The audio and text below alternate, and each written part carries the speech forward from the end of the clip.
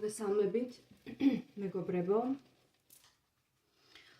დღეს მინდა გავაკეთო ესეთი საჯარო ტაროს სეანსი, რომელიც მქონდა დაანონსებული, ეს არის ვინ ან და რა არის თქვენი ფარული მტერი.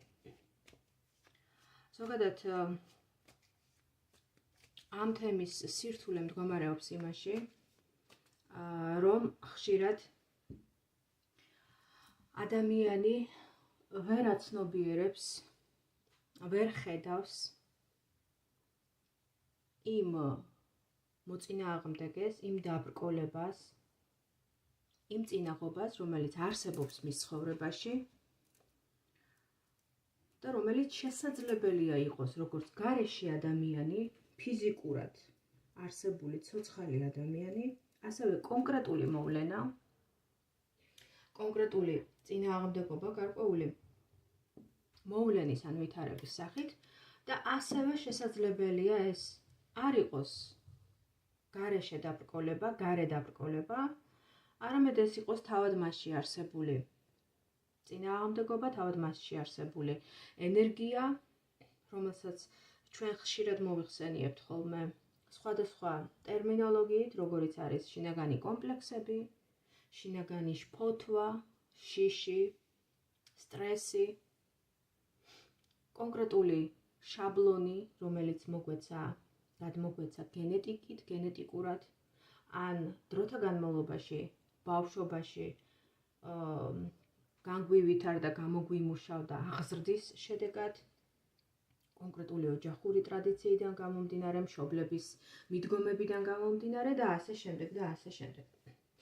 შესაბამისად, მე ვფიქრობ, აღნიშნული გაშლა, აღნიშნული სეანსი დაგეხმარებათ აღმოაჩინოთ თქვენში არსებული ფარული წინააღმდეგობები, მტრები, პირობითად მტრები. მტერს უწოდებ, რადგან ეს არის წინააღმდეგობა, ეს არის დასამუშავებელი, გადასალახი თემა. შესაბამისად იმისთვის, რომ ადამიანმა ეს მტერი პირობითად დაამარცხოს, პირველ რიგში საჭიროა მისი გამოვლენა ცნობიერ დონეზე, ამოტანა ცნობიერ დონეზე, ქვეცნობიერიდან ბუნებრივია და მისი ფარული ბუნების დამარცხება, იმიტომ რომ მთავარი ძალა ამ მტრის არის სწორედ მისი ფარულობა, უხილავობა. შესაბამისად აღნიშნული სეანსი გახდის ხილულს იმას, რაც არის ფარული და დაგანახებთ ხელის გულზე. შესაბამისად, ვფიქრობ საინტერესო სეანსი გამოგვივა, ამიტომ ჩაიფიქრეთ თქვენი ვარიანტი, სანამ მე თუნდაც გავაკეთებ ვარიანტების გაშლას, გვექნება 3 ვარიანტი, პირველი, მეორე, მესამე ვარიანტი. და 3-ვე ვარიანტზე ვისაუბრებ დეტალურად იმ არკანებიდან გამომდინარე, რასაც ამოვიღებ შემთხვევითობის პრინციპით მთლიანი დასტიდან და რომლებიც დაგვანახებენ რეალობას, ხო? როგორც სარკის ზედაპირზე, ისე დავინახავთ ამ ყველაფერს. სანამ უშუალოდ გადავიდოდე არკანების გაშლაზე, მანამდე ტრადიციულად გავაჟღერებ ჩემს თხოვნას, რომ გააზიარეთ და ლაიქეთ ან დააკომენტარეთ აღნიშნულ ვიდეოზე, იმისთვის, რომ რაც შეიძლება იმატოს ნახვადობამ, გაზიარდეს უფრო ბევრ ადამიანზე ეს ვიდეო და ბევრმა მოისმინოს და ნახოს ეს ვიდეო. ვისაც გსურთ ჩემთან პირადი სეანსი ან პირადი კონსულტაციის დაჯავშნა, ან ბედის მატრიცის ანალიზის გაკეთება, ასევე სხვადასხვა რიტუალურ სამუშაოებზე, ენერგეტიკულ წმენდებზე თუ სხვა სახის ენერგეტიკულ მხარდაჭერაზე სეანსის დაჯავშნა შეგიძლიათ ამასთან დაკავშირებითაც მომწეროთ მესენჯერში, Facebook-ის ან Instagram-ის მესენჯერში. და მოდით ვნახოთ მართლაც რას დაგვანახებენ არკანები, ვინ ან და რა არის თქვენი ფარული მტერი, თქვენი ფარული მოწინააღმდეგე. პირველი ვარიანტი.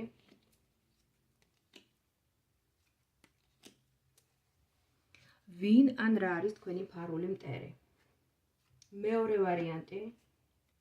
ვინ ან და რა არის თქვენი ფარული მტერი.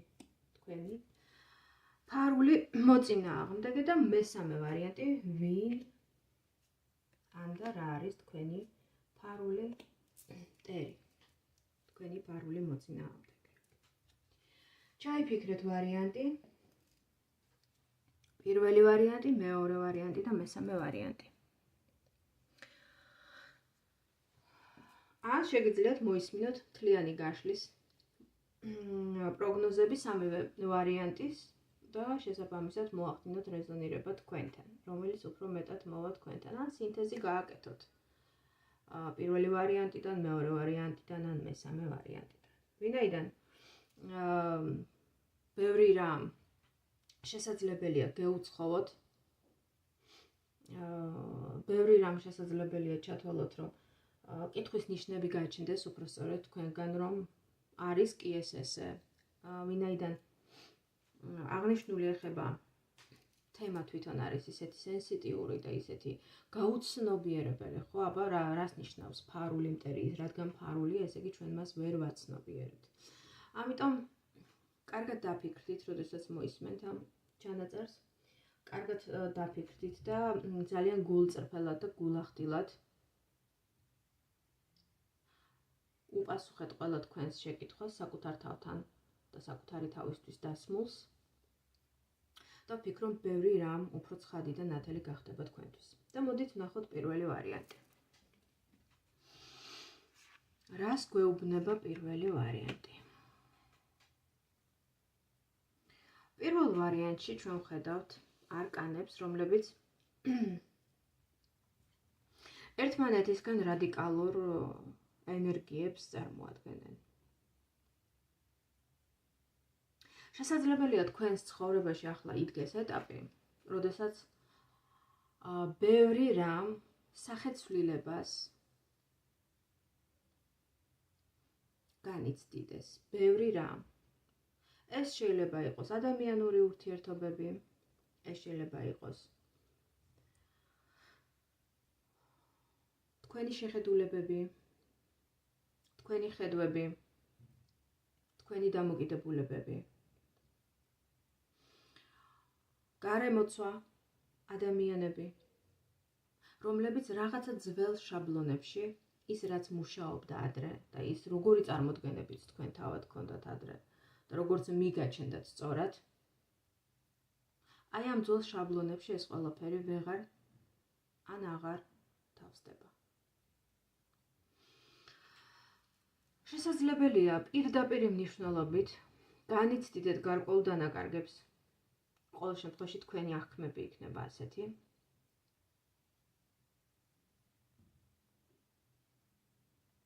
განიცდიდეთ დანაკარგებს, ან გქონდეთ შიში იმისა, რომ აი ამ ცვლილებებს ვერანაირად ვერ შეეგუებით, ვერ აყვებით და შესაძლებელია ამან გამოიწვიოს მთელი რიგი უმართავი პროცესები თქვენს ცხოვრებაში.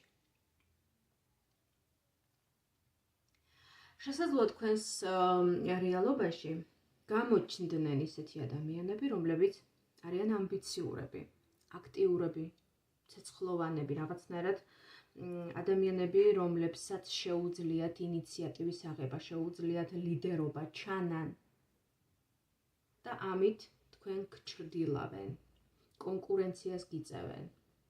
შესაძლოა ამის შიშიც გქონდეთ, რომ არ მოხდეს თქვენი ჩანაცვლება ამ ადამიანები და სამოქმედო ასპარეზი შესაძლებელია იყოს, სამსახურში შესაძლებელია იყოს, ოჯახში, რაღაცა ლიდერული პოზიციების, წამყვანი პოზიციების დაკარგვის შიში შესაძლებელია იყოს თქვენში. ან ასევე შესაძლებელია რიგი ადამიანების შემთხვევაში, არა ყველა შემთხვევაში, რა თქმა უნდა, მაგრამ ვინც აირჩიეთ პირველი ვარიანტი, მათზე ვსაუბრობ, შესაძლებელია ასეთი რამ, რომ თქვენ პირიქით იყოთ მსურველი ცვლილებებისა, იყოთ მსურველი და ინიციატივასაც იჩენდეთ, მაგრამ იყოს თქვენს რეალობაში ადამიანი, უფრო რატომღაც გქონია, რომ ეს არის ქალი, რომელიც მიდრეკილია სტაბილურობისკენ, რუტინისკენ, ყველაფერი იმისკენ, რაც შეჩვეულია, რაც კარგად იცის, რაც აღარ საჭიროებს გადამოწმებას, რაც უფრო ძველთან არის კავშირში ვიდრე ახალთან და ეს ადამიანი ძალიან გიშლიდეთ ხელს. გიწევდეთ წინააღმდეგობას, გბოჭავდეთ. შესაძლებელია ეს ადამიანი თქვენი პირდაპირ მტერი ესე როგორც ასეთი, ცხადი მტერი, გაცხადებული მტერი არ არის, მაგრამ თავისი ხასიათით, თავისი მიდგომებით ცხოვრებისადმი, თავისი ფსიქოტიპით ძალიან დიდ დაბრკოლებას გიქმნიდეთ და თქვენს ცხოვრებას სწევდეს უკან. მე არ ვამბობ, რომ ეს ადამიანი ვიღაცა გარეშე პირია, უცხო ადამიანია. შესაძლებელია ეს ძალიან ახლობელი ადამიანიც იყოს, რომელთანაც გარკვეული ემოციური, ჭიდრო ემოციური ბმა გაქვთ, კავშირი გაქვთ. შეიძლება ეს იყოს დედა, ან ოჯახის სხვა წევრი ქალი, ვისთანაც ემოციური კონტაქტი გაქვთ, ან ყოველდღიური კონტაქტი გაქვთ, ხო? ასევე შესაძლებელია იყოს სამსახურში თქვენი უფროსი, რომელსაც აქვს ძალიან კონსერვატიული უკვე დახავსებული, თუ შეიძლება ასე ითქვას, მიდგომები სამსახურებრივ თემატიკასთან, მენეჯმენტთან, თუ ყოველდღიურ შრომის პროცესთან მიმართებაში, რაც თქვენში კლავდეს აი ამ ინიციატივის სურვილს, ენთუზიაზმს, ცეცხლს და გარკვეულწილად უკან სწევდეს თქვენს საქმიანობას ან თქვენს საქმეს. ესეც შესაძლებელია. ყოველ შემთხვევაში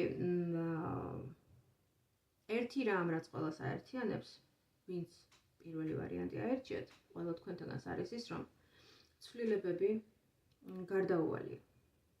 ცვლილებები უნდა მოხდეს ყველაფრის ფასად. ყველანაირი გზით. ამას უმჯობესია, რა თქმა უნდა, თუ თქვენი სურვილით გააკეთებთ და გამოიმუშავებთ საკუთარ თავში ახალ უნარებს, ახალ ხედვებს, გაუწევთ წინააღმდეგობას აი ამ ძალიან დაკონსერვებულ მიდგომას. ვინც არ უნდა იყოს ის, თუ ამ შემთხვევაში საუბრობ, თუ ეს გარეშე პირია. დედა იქნება, დედამთილი იქნება, სამსახურის თანამშრომელი იქნება, უფროსი იქნება. ვინც არ უნდა იყოს, მამი და დეიდა, ხო? გააჩნია ყველა ადამიანის შემთხვევაში ეს სცენარი ინდივიდუალურად გათამაშდება, ინდივიდუალურად გამოვლინდება სხვადასხვა სახის ემოციური კავშირების სახით, ზოგს დედასთან აქვს, ზოგს უფროსთან აქვს, ზოგს ოჯახის სხვა წევრთან აქვს და ასე შემდეგ და ასე შემდეგ. ყოველ შემთხვევაში საერთო არის ის, რომ ამ ადამიანთან თქვენ გარკვეული მჭიდრო კონტაქტი გაკავშირებთ და მას თქვენზე გარკვეული გავლენა აქვს და ეს გავლენა არ არის მცირე. შესაბამისად, თქვენ აუცილებლად უნდა გაუწიოთ წინააღმდეგობა. როგორი სცენარიც არ უნდა იყოს და რაშიც არ უნდა გიწევდეთ ეს ადამიანი წინააღმდეგობას და რაშიც არ უნდა გბოჭავდეთ, ვიღაცას სამსახურში ბოჭავს, ვიღაცას ოჯახის წევრი ბოჭავს, უშლის მის ნებას ხელს, რომ წარმართოს თავისი ცხოვრება, თავისი პირადი ინიციატივით, თავისი პირადი ხედვით, იყოს ლიდერი თავის ცხოვრებაში, თავისი ცხოვრების მმართველი, გადაწყვეტილების მიმღები თვითონ და არა ის. ამიტომ თუ ასეთი ადამიანი არსებობს თქვენს ცხოვრებაში, მაშინ შესაბამისად თქვენ უნდა დასვათ საკითხი ცხადად, რომ თქვენ ხართ თქვენი ცხოვრების მმართველი, თქვენ ხართ გადაწყვეტილების მიღების უნარის მქონე ადამიანი, თქვენ გაქვთ თქვენი ხედვები, შესაბამისად ის არ წყვეტს ამ შემთხვევაში თქვენს ცხოვრებაში მიმდინარე მოვლენებს, არამედ თქვენ თავად იღებთ გადაწყვეტილებას. იმიტომ რომ არკანის სიკვდილი, რომელიც პირველივე არკანის სახით ამოდის აღნიშნულ ვარიანტში, ყველა შემთხვევაში მოითხოვს ცვლილებებს და ეს ცვლილებები როგორი მტკივნეულიც არ უნდა იყოს, უნდა დადგეს თქვენს ცხოვრებაში. თქვენი პირადი ნებით თუ მოხდება ეს, რა თქმა უნდა, პირადი ნების ქვეშ და პირადი გაცნობიერებული გადაწყვეტილებით უფრო უკეთესი. იმიტომ რომ ეს კონსერვატიული მიდგომები, ეს მოძველებული ხედვები აუცილებლად ხელს შეგიშლით ცხოვრებაში და დაგწევთ უკან და შემდგომ ეს ადამიანი შესაძლებელია აღარ იყოს თქვენს გვერდზე და ამიტომ თქვენ ძალიან გაგიჭირდეთ შემდგომი ნაბიჯების გადადგმა. და რიგი ადამიანების შემთხვევაში შესაძლებელია ეს ფსიქოტიპი, აი ამ ეს ქალი, რომელიც ჩანს მესამე არკანში, იყოს თქვენში არსებული ერთ-ერთი თქვენი მე, თქვენი გამოვლინება, რომელიც არის კონსერვატიული, ძველმოდური ან ზედმეტად სტაბილურობისკენ მიდრეკილი და რომელიც ეწინააღმდეგება თქვენს ცეცხლოვან ინიციატივიან ახალგაზრდული, ესეთი შემართებული, ოპტიმისტური სულისკვეთების მქონე მეს, რომელსაც სურს წინსვლა, რომელსაც სურს მოგზაურობა, რომელსაც სურს თვალსაწიერის გაფართოება, რომელსაც სურს რისკებზე წასვლა. ამ შემთხვევაში თქვენს ერთ-ერთ მეს მოვიაზრებ, მაგრამ ის აღზრდის შაბლონი, რომელიც შეიძლება გადმოგეცათ დედისგან, ან ოჯახის უფროსი ქალისგან, ასევე თქვენში არსებული ბუნების ის ნაწილი, რომელიც მიდრეკილია კონსერვატიზმისკენ, შეზღუდულობისკენ, სტაბილურობისკენ, რუტინისკენ, აი ამ ყველაფერს ეწინააღმდეგებოდეს, აი ამ სწრაფვას მოძრაობისკენ, სიცოცხლისკენ, აქტიურობისკენ, ცვლილებებისკენ, სიახლეებისკენ ძალიან ეწინააღმდეგებოდეს და უშლიდეს ხელს. მაგრამ ჯამში სამყარო თქვენგან სწორედ ასეთ მიდგომას მოითხოვს, ანუ აქტიურ, რისკიან, ინიციატივიან მიდგომას. თუ თქვენ გიჭირთ ინიციატივის აღება, გამოჩენა, პირველი ადგილის დაკავება, ლიდერული თვისებების გამოვლენა, გიჭირთ სწორედ აი ამ შაბლონის გამო, აი ამ ხატსახის გამო, რომელიც თქვენში არის ჩადებული, ან გენეტიკურად, ან აღზრდით, ან ორივეთი ერთად. ამიტომ თქვენი ფარული მტერი არის სწორედ თქვენი შინაგანი კონსერვატიული ძველმოდური მე, ან ასეთი გარე გამოვლინების შემთხვევაში, ასეთი ქალი თქვენს ცხოვრებაში, ასეთი ფსიქოტიპის მქონე ადამიანი თქვენს ცხოვრებაში. მაგრამ ცხოვრების ის ეტაპი, ის საფეხური, რომელსაც გადიხართ ახლა, აუცილებლად ითხოვს თქვენგან ცვლილებებს. ამიტომ ჩათრევას ჩაყოლა ვამჯობინეო, ხო, არსებობს ესეთი გამოთქმა და მეც ვეთანხმები. ჩათრევას ნამდვილად ჩაყოლა ჯობია, გაცნობიერება ჯობია და ცნობიერი ნაბიჯების გადადგმა, ცნობიერი გადაწყვეტილებების მიღება სჯობს, რა თქმა უნდა. გაუცნობიერებელი და ესეთი მოვლენების ჯაჭვის შემდგომ განვითარებას ცხოვრებაში, რომელსაც ჩვენ უკვე ვეძახით ფატალიზმს, ბედისწერას.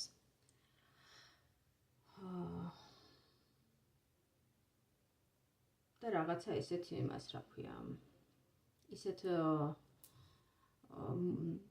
უბედობას, უბრალოდ რომ აი ბედი არ მქონია, დაწყევლილი ვარ, ჯადო გამიკეთეს, ანუ რასაც ვერ ხსნის ადამიანი, შემდგომ აბრალებს 1000 სხვა მოვლენას, რომელიც თავის დროზე რომ გაეცნობიერებინა, შესაძლებელი იყო არ მომხდარიყო. და ის ჯადოს თემაც და ის წყევლად და ის ყველაფერი მუშაობს სწორედ ისეთ ადამიანებზე და ადამიანებთან ხდება ესეთი რამ, რომლებიც რაღაცა ბედის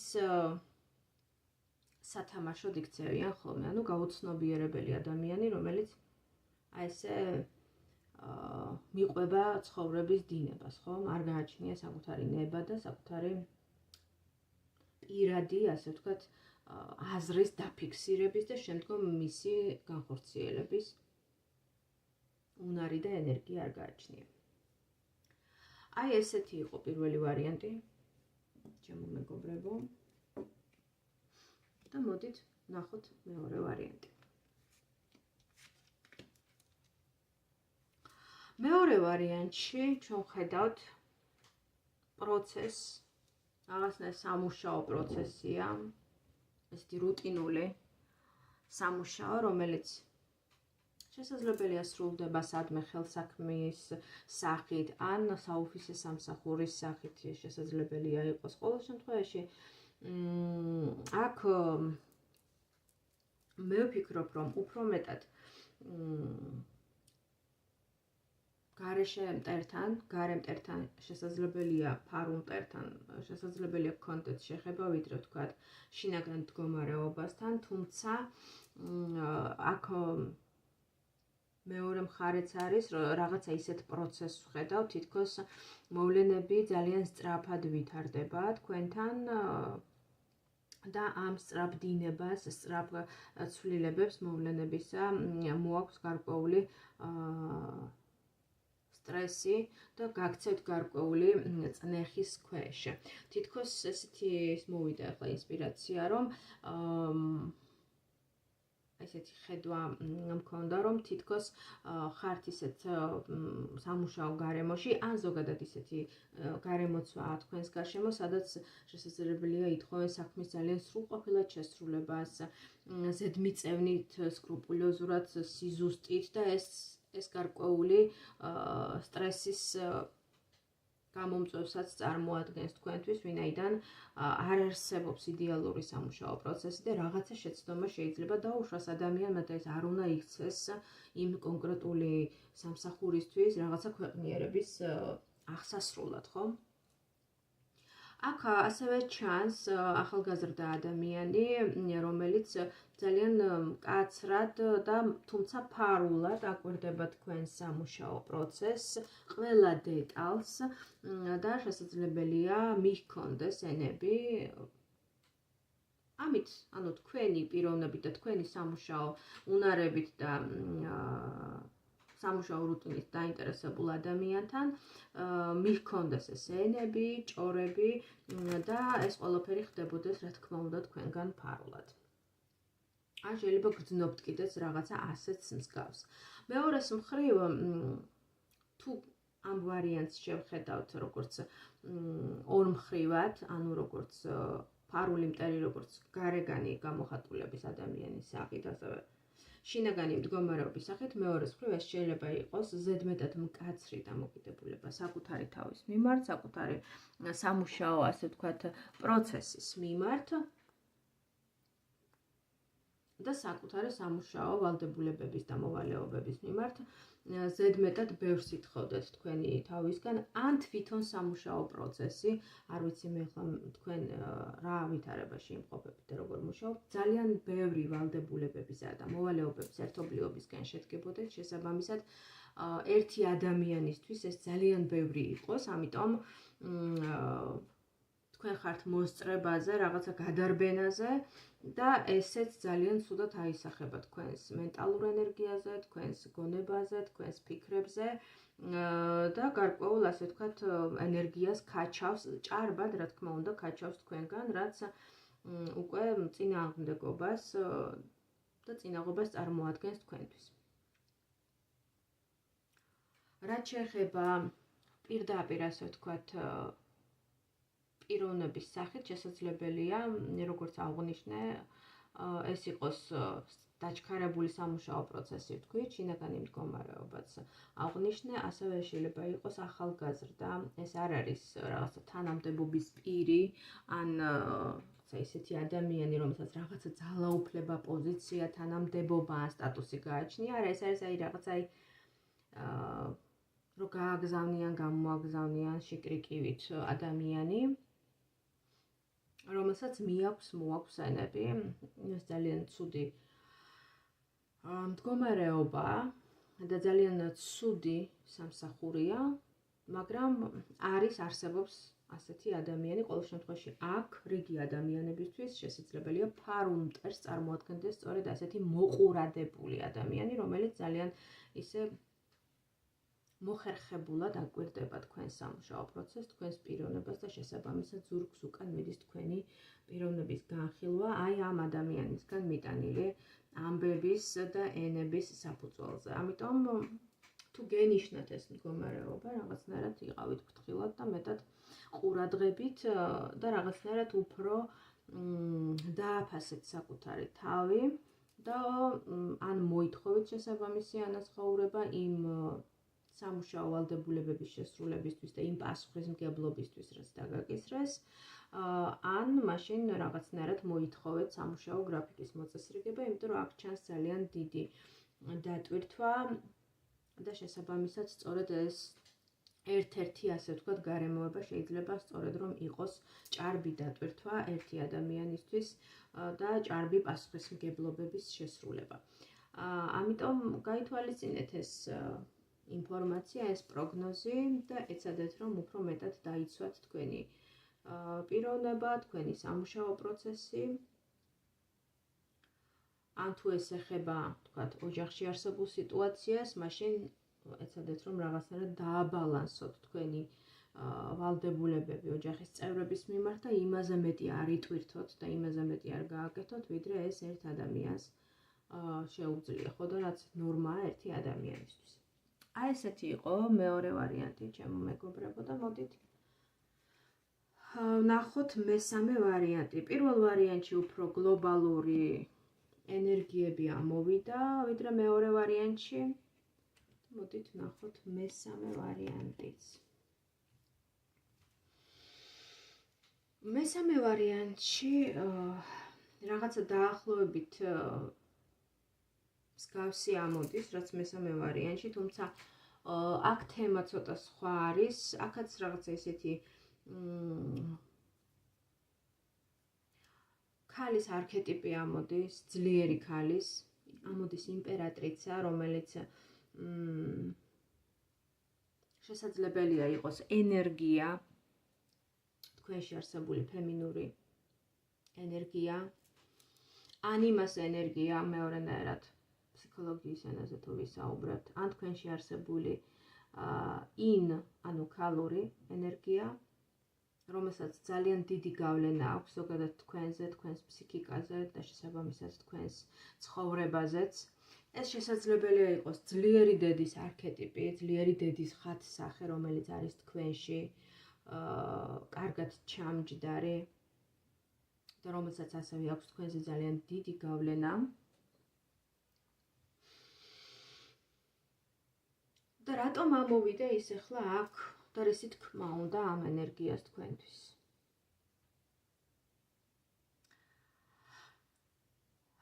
რიგი ადამიანებისთვის ეს შეიძლება იყოს თავად მისივე მიდგომა ცხოვრების მატერიალური მხარის მიმართ. ამ შემთხვევაში აქ ცალსახად ამოდის მიწიერი, მყარი, მატერიალური ენერგიები. ანუ ის თუ როგორ განკარგავს ადამიანის საკუთარ ფულს, საკუთარ მატერიალურ სახსრებს, რესურსებს, ქონებას, როგორ უდგება ფულის საკითხს, როგორ უდგება ფინანსების საკითხს, როგორ უდგება იმ იდეების განხორციელებას, რომლებიც პირდაპირ და უშუალოდ არიან დაკავშირებულნი მატერიალურ თემებთან, შემოსავალთან, გასავალთან, დანაზოგის თემასთან, რაიმეს შეძენასთან იქნება ეს უძრავი თუ მოძრავი ქონება. აი ამ მიდგომებთან მიმართებაში და ამ გადაწყვეტილებების განხორციელებასა თუ დამოკიდებულებების გამოვლენაში ფულთან დამოკიდებულებებს გულისხმობ და მატერიასთან. ძალიან დიდი გავლენა აქვს თქვენში, თუ შინაგან მტერებზე ვსაუბრობთ, თქვენში არსებულ აღზრდის მეთოდებს, შაბლონებს, უფრო სწორად, რომლებიც ჩადეს თქვენში ბავშვობიდანვე. ან შესაძლებელია დედა იყო ასეთი და ის გაძლევდათ ასეთ მაგალითს. ან თქვენში არსებული ზოგადად ესეთი გენეტიკური კოდი, რომ იყოთ უფრო მეტად დამზოგველი, მომჭირნე და უფრო მეტად შენახვაზე ორიენტირებული ადამიანი, დაზოგვაზე ორიენტირებული ადამიანი, ვიდრე თქვათ გაცემაზე, გახარჯვაზე. ვიდრე რაღაცა ახალი ინიციატივების, იდეების დამუშავებაზე, რომელმაც უნდა მოიტანოს ფული. ახალი ფინანსური რესურსი. შესაბამისად, ეს შეიძლება დაკავშირებული იყოს შიშთან, სიღარიბის შიშთან. ერთ-ერთი ფარული მტერი, რომელსაც შესაძლებელია ვერც კი აცნობიერებდეთ, შესაძლებელია დიდი ალბათობით იყოს სწორედ შიშის სიდუხჭირის, შიშის სიღარიბის, სიღარიბეში აღმოჩენის შიში, გაკოტრების შიში, უფულობის შიში. ამიტომ თქვენ უნდა დააკვირდეთ საკუთარ თავს, თუ კი რაღაცა ემოციურ, ინტუიციურ დონეზე მოვიდა ეს მესეჯი თქვენთან. საიდან მოდის ეს შიში? საიდან იღებს სათავეს? ხომ არ არის ეს შიში გადმოცემული დედისგან? ხომ არ ამბობდა ის ხშირად, რომ აი, არ გაგვიჭირდეს, უფლოდ არ დავრჩეთ, დავზოგოთ, რაღაცა ვთქვათ, არ შევიძინოთ, შემდეგისთვის დებდა ამ ახალი შენაძენის გაკეთებას, ან ვთქვათ, იყო ისეთი თემები, რომ რაღაცა უფრო მომჭირნეობისკენ მიდრეკილი მიდგომები და არა ვთქვათ, ფულის ხარჯვისკენ. შესაბამისად, ეს შიში სიდუხჭირის და სიღარიბის, აი რაღაცა უფულობის, უქონლობის ბლოკავს ამ ფულის ენერგიას. არ მოძრაობს ეს ფულის ენერგია თქვენს ფინანსურ არხში ისე თავისუფლად, როგორც შეიძლებოდა რომ ემოძრავა სწორედ აი ამ შიშის გამო. ეს რაც შეეხებოდა ფარულ ვითარებას, ხო? უბრალოდ შინაგან მდგომარეობას. მეორეს მხრივ შესაძლებელია იყოს ადამიანი, აქაც რატომაც უფრო ქალური ფსიქოტიპი ფიგურირებს თქვენს ცხოვრებაში, თქვენთან ახლოს, ვისაც აქვს თქვენზე გავლენა, რა თქმა უნდა, ვინც თქვენთან ემოციურ ბმაშია, ვინც მოგიწოდებთ ამისკენ, რომ უფრო მეტად მომჭირნეობისკენ, შენახვისკენ, დაზოგვისკენ, ვიდრე ვთქვათ ფულის ხარჯვისკენ. ან რაიმეში, თუნდაც იდეაში დაბანდებისკენ, ხომ? იმიტომ რომ კარგი იდეა შეიძლება მილიონიც კი ღირდეს, იმიტომ რომ იდეას, რომელსაც მოყვება სწორი რეალიზება, ეს იდეა შეიძლება ძალიან დიდი ფულის წყაროდაც იქცეს, ხო? აი ეს მიდგომა, ფულისადმი ესეთი შემოქმედებითი მიდგომა, თქვენში არსებული შემოქმედებითი მიდგომა, იბლოკება ან ასეთი პიროვნების მიერ, რომელიც თავისი ესეთი მეურნე ქალის, ეს მომჭირნე ქალის მიდგომით ძალიან ამუხრუჭებს და მეორეს მხრივ შესაძლებელია ეს იყოს თქვენი შინაგანი მე, როგორც აღნიშნე, შინაგანი მდგომარეობა, რომელსაც ეშინია უქონლობის, ეშინია უფულობის და ბლოკავს ამ თავისი შიშებით ფულის თავისუფლად დინებას, თავისუფალ მოძრაობას მის ფინანსურ არხში. ანუ თქვენს ფინანსურ ენერგეტიკულ არხში. არადა პენტაკლების ტუსი, რომელიც აქ ამოდის, ხო? შესაძლებელია ძალიან ბევრ, აი ამ არკანის ენერგია, ძალიან ბევრ იდეას გაწვდიდეთ. ვიღაცამ იდეა მოგაწოდათ, ვიღაცამ რაღაცა შანსი მოგცათ, მაგრამ ამ შემთხვევაში აი ეს შიში თქვენ აი ამ შანსს გაკარგვინებთ. აი თითქოს შანსი დაკარგა ადამიანმა. რაღაცა შანსი გაუშვა ხელიდან, შესაძლებლობა არ გამოიყენა. იდეა და ვიღაცა სხვამ განახორციელა მისი იდეა პირობითად, ხო? ყველა შემთხვევაში ეს რაღაცა ინდივიდუალურად გათამაშდება ეს სცენარები, ხო? როგორც აღნიშნე უკვე წინა ვარიანტებზე საუბრის დროს, აქაც ესეა, მაგრამ ჯამში ენერგია ერთია. მომჭირნეობა, სიდუხჭირე, შიში უქონლობის, აღზრდის შაბლონი, გენეტიკური შაბლონი, ან ფიზიკურად არსებული ადამიანი, რომელიც ბლოკავს აი ამ თავისი შიშებით, თავისი აი ამ შინაგანი მდგომარეობით ძალიან ბლოკავს თქვენს წარმატებულ ფინანსურ ცხოვრებას. აი სწორედ ეს ყველაფერი, რაზეც ვისაუბრე, წარმოადგენს თქვენს ამჟამინდელ ფარულ ტრებს ან ტერს. შეიძლება იყოს ერთი ფაქტორი ვიღაცის შემთხვევაში, ერთ-ერთი ის, რაზეც ვისაუბრე, ან შესაძლებელია უფრო მძიმე შემთხვევაში, მძიმე განვითარების შემთხვევაში, რამდენიმე ფაქტორიც კი ერთდროულად იყოს ერთი ადამიანის ცხოვრებაში. იქ იყოს მისი შინაგანი მდგომარეობას, რომელიც შეიძლება გადმოეცა დედისგან, ან მამისგან, თუნდაც ოჯახისგან ყოველ შემთხვევაში და არსებობდეს ესეთი მშობელიც მის ცხოვრებაში, რომელიც კიდევ, ასე ვთქვათ, ყვავებით დასჩხავის, ხო არსებობს ესეთი გამოთქმაც, რომ ყვავებით რას დამჩხავი ხარო, ხო? ანუ მუდმივად უნერგავს იმ აზრს, რომ რაღაცნაირად იყოს მომჭირნედ, იყოს ფრთხილად, არ გარისკოს, ზედმეტად არ გახარჯოს ფინანსები, რომ მუდმივად კონდეს შავი დღისთვის გადადებული. რატომ უნდა კონდეს ადამიანს შავი დღისთვის გადადებული? ხო შეიძლება ნათელი, ბედნიერი დღისთვის კონდეს რაღაცა რესურსი და ის იმ დღეს, ვთქვათ, გაილაღოს, აღნიშნოს, რაღაცა მოილხინოს და ასე შემდეგ. ეს გამოთქმაც თვითონ ძალიან ძულს შავი დღისთვის გადანახული რაღაცა ის. ფული თუნდაც.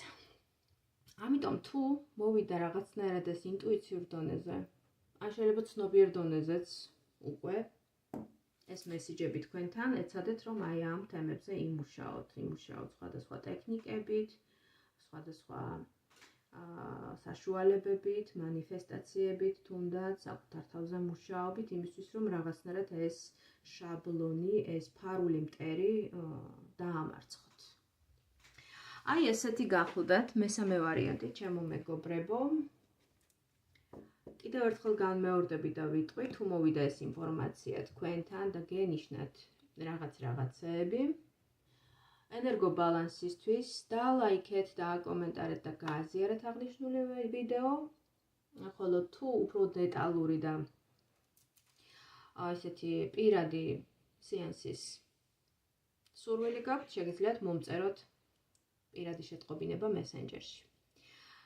დაგემშვიდობებით, დროებით მომავალ შეხვედრამდე.